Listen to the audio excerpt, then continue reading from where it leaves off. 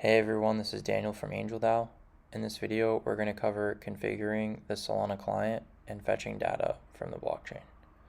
So this is the video 2 changelog, and the first change we have is the cargo.toml file, and we're simply just adding the Solana client to the list of dependencies. The next change we make is in the main.rs, and basically we're connecting the client and making a call there to the RPC node. So yeah, here's the main.rs file, and here is the list of imports that changed. So I guess we'll go over where those are being used.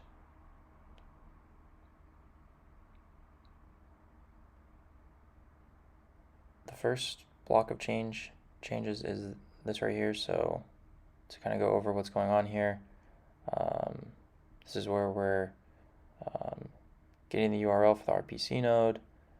We are initializing an instance of the RPC with the new with timeout, passing the URL and a timeout that we want it to wait for on all requests. And this pattern might be a little bit confusing, but yeah, we have this arc that we are wrapping the client in, and that's actually allowing us to do this pattern here where we do this thread spawn and then we join that child back. So yeah, basically this is something that was just like one of those kind of errors that, you know, to use the Solana term, you have to chew glass to get through. And I basically found this pattern by asking a bunch of questions in the Rust server. But anyway, to put it simply, the way that the client was written, it caused this pattern to be used in order to properly use it in Actix with like async capabilities. So yeah, I guess I can include some more info about it in the repo, but I'll just explain it that way.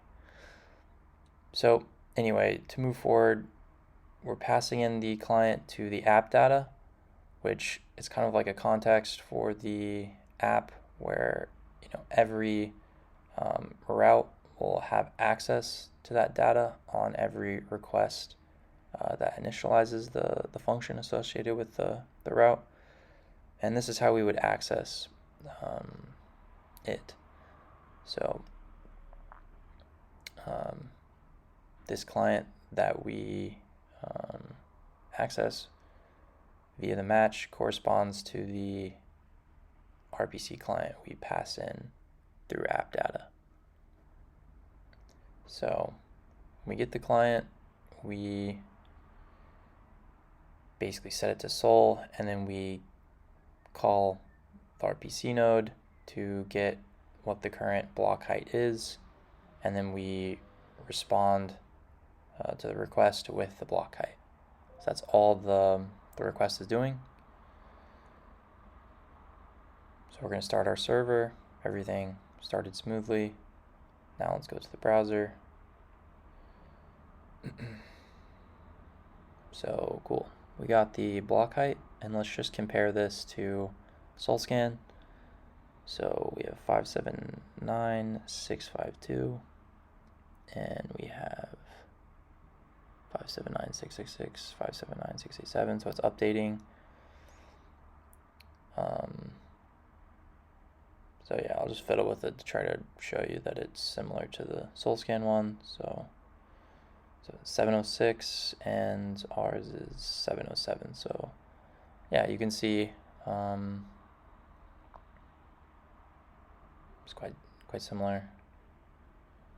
And yeah, we're getting different prints here to our terminal. So you can see that the block height's updating. And yeah, that's pretty much it for this video. All the code will be included in the GitHub repo. So yeah, I guess I'll catch you guys in the next video.